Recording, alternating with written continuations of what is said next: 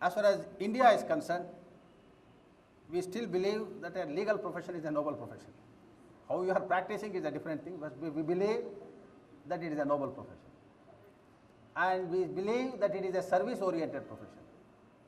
And therefore, under our existing rules, advertisement is totally prohibited.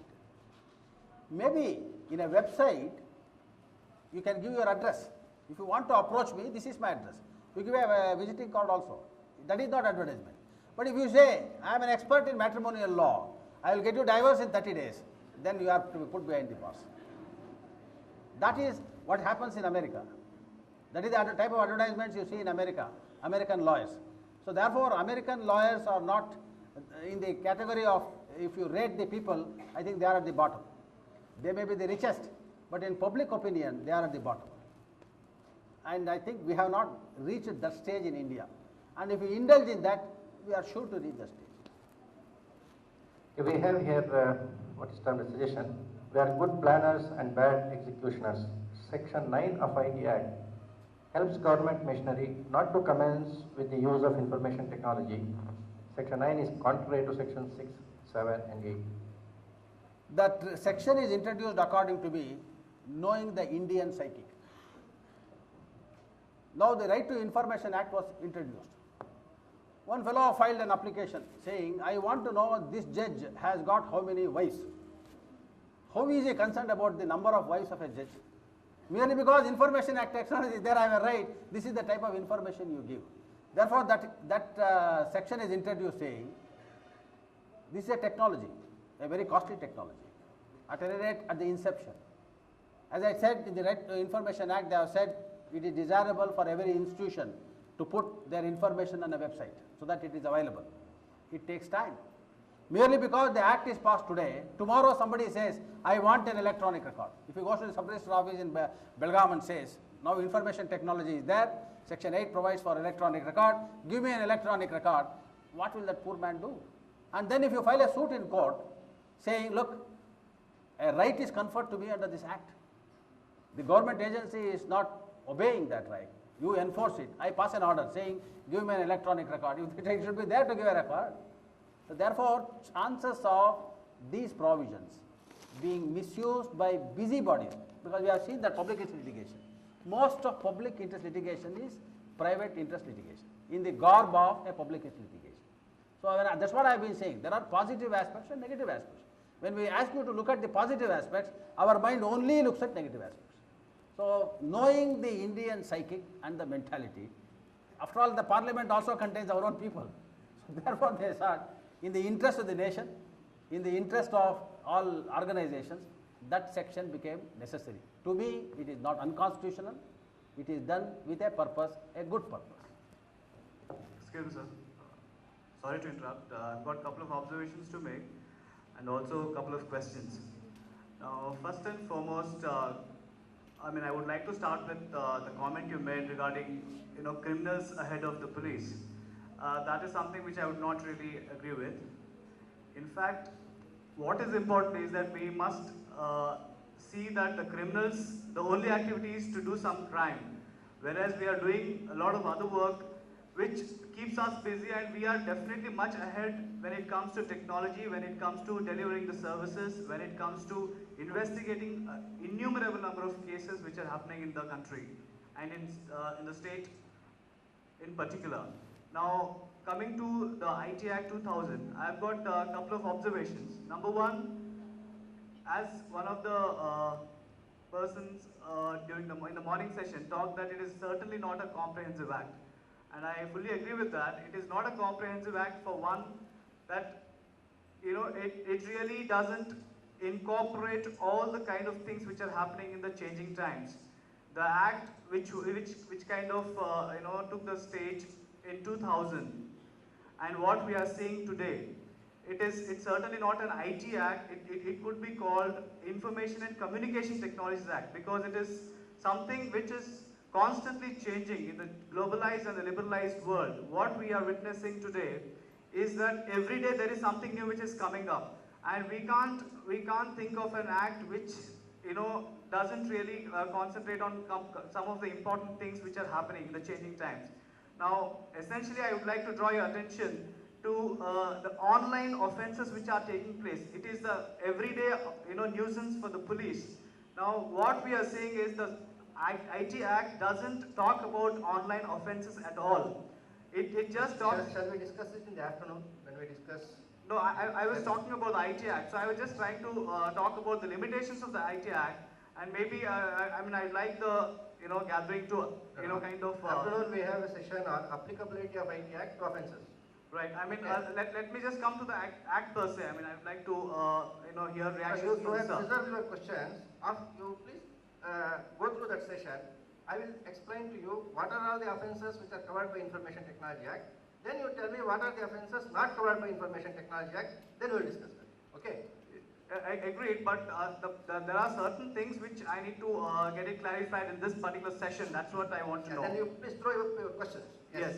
Now, second thing is the Act again talks of e-governance, as particularly in Section 4, talking about effective service delivery and digital signature and documents and everything.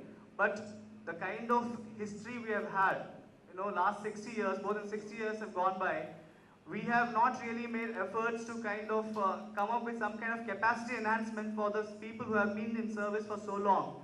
And we talk of service delivery, there is a real lack of bureaucratic will and also political will to accept these technologies, and kind of that is why there is a time gap of dissemination of these technologies in the country. So these are some of the things which I would like to hear from the speaker. I take this observation, but this is more of an administration of e-governance, how to educate government officials. I think it would be unfair for us to request Justice Kumar to comment on this. Maybe as a person who is a member of the e-governance advisory board, if you have a question, I will address it a little later. Let us not burden Justice Kumar about this. I will go through with the other questions which are there. One answer. When I said the criminals are ahead of the police, I meant no disrespect to the police. I was not doubting their competence. All that what I said was, police force has to maintain law and order. Whereas this one individual is only concentrated on doing something.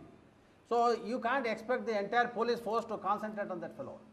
Only after the offence is committed, they open their eyes, they go after him, they chase him, they catch him. So what I am trying to say is, these troublemakers are very intelligent guys who are very sophisticated, who have complete control over the knowledge and to do damage. So it is not a question of incompetence on the part of the police. The question is whether the police force as it is today is fully equipped even to think of these unknown sources from where they can get into difficulty. So I have not said it is incompetent. I know in our Karnataka we have 2 Inspector General of Police who have a doctorate in IGP. I have learnt a lot from them. It is nothing to do with incompetency, but it is a reminder to them that your old tactics doesn't help. You have to change. And simply recruiting a person thinking that he is 6 feet and healthy will not do. He must have a brain. And recruitment process of police should change from physical fitness to mental ability. That's what I was saying. I have a question here from Mr. Rahul Pune. Says, please explain the change in the term document of the Indian Evidence Act 1872 because of the Information Technology Act 2000, and is it a sufficient change? Too early to say whether it is a sufficient change, but certainly the word document has been defined under the Indian Evidence Act. If you look at that definition in the Indian Evidence Act, you will know this is what it says. Document means any matter expressed or described upon any substance by means of letters, figures and marks, or by more than one of these means intended to be used or which may be used for the purpose of recording that matter. Now they have used the word electronic, what is the word? They have used the word. Document includes electronic document. So And added therefore, on. this word document is quite comprehensive. Now only one more type of document is introduced, and I think it should be sufficient. The amendment says document includes electronic document. Electronic document is as defined in Information Technology Act. Yeah, next one. For email, we require email address and specific password. That is for searching or looking at email. Is it coming under digital signature? Is it? Does it come under digital signature? That is the password used. Is it equivalent to digital signature? You answer. So digital signature as a term should be only what is defined in section 3 of Information Technology Act, which uses in technical terms two things called asymmetric crypto system and hash. Okay. Any other form where the system identifies who are you is not digital signature. For accessing your email, there is a system that you should have earlier given on login ID, earlier you should have given on password. Now when you give that, my computer will check whether this tallies with what has been given earlier. I have a matching and then I allow you to get into that. This is a form of identification of who is authorized to come in, but that doesn't form digital signatures. Digital signature is a totally different system. Password, even biometric authentication is not digital signature. Sir, can it be referred as in law? Can it be valid in law? If you are talking of Indian cyber law, remember digital signature is a term which is having a legal meaning. Therefore, try to use it only within that context. If you are a general public, sometimes you can colloquially use something. For example, at the end of an email, you write your name and address. Outlook Express calls that as signature. Fine, in that context, call it as signature, but don't call it as digital signature in a legal. But is it enforceable? It is not enforceable under Indian law as a digital signature. See, undigitally signed documents are also recognized in law. Take it as undigitally signed. It is like oral, somewhat similar to oral, because in electronics there is nothing oral, because everything is documentary. But you should consider that the new kind of document called undigitally signed electronic documents, that undigitally signed written electronic documents, it falls into that category. There I will tell you, I had an occasion to go into this. Excuse me, sir. When these emails come, it comes in a series. When you are doing business, first you ask for particulars, they send you information, then you make your offer, then they ask for some other specification. So a series of letters will be there. That 8 letters will show that you are negotiating. Maybe one of such letters where you accept the offer. So you are going to deny that particular letter because you are, as I said, these people are all very intellectuals. A new category of criminals we are creating. He knows the law and he is denied that particular 4th letter. Technology enables every single individual knows how to use email. Email. So therefore, Disguise his email address as someone else's email address. So that can be very so complicated. therefore, then ultimately if I say it is your email, it is email. There is nothing like, ultimately when a judge says I am satisfied, so we in such circumstances look into the entire transaction, how it started, how it ended, and it is one in between. If I am satisfied that you are speaking untruth, I can say I am satisfied with this, that this is his letter, and that's the end of it. Excuse me, sir. Sir, whether the Information Technology Act 2000 is it a comprehensive legislation to avoid the cyber crimes? It is not a comprehensive legislation, and I don't think in the nature of things there can be any legislation which can take care of all those things. Even the laws which are today in the country